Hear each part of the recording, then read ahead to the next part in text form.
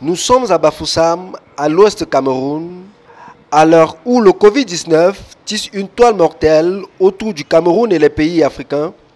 Les réponses les plus attendues sont celles des chercheurs et start-up. Ici et là, les équipes se mobilisent pour mettre leur expertise au service de la lutte.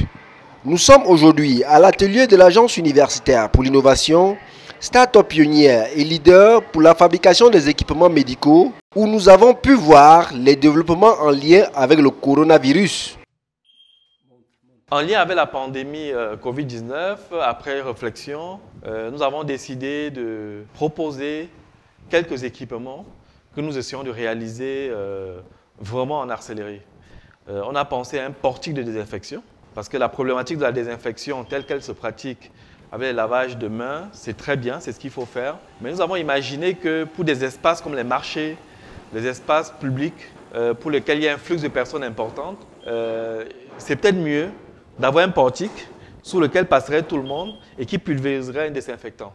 Nous avons aussi fabriqué un autoclave parce que nous imaginons bien que dans les milieux hospitaliers, il y aura beaucoup de problèmes de désinfection. On a beaucoup d'équipements qu'on doit malheureusement devoir réutiliser.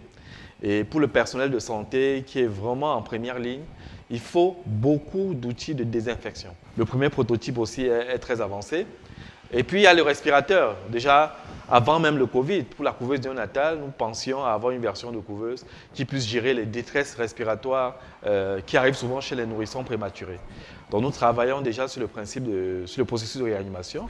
Et à l'occasion de cette pandémie, nous pensons qu'il faut accélérer pour très vite avoir un respirateur, étant entendu que de ce qu'on voit, l'oxygénation, la respiration assistée est l'une des clés de la prise en charge des malades Covid-19.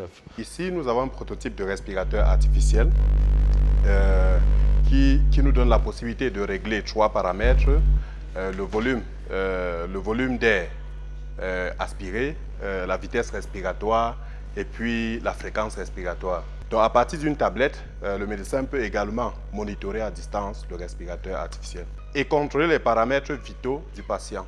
De telles initiatives méritent de l'attention et les moyens nécessaires pour que cette dynamique débouche sur des équipements concrets dont on va avoir absolument besoin pour réduire les risques sanitaires en Afrique.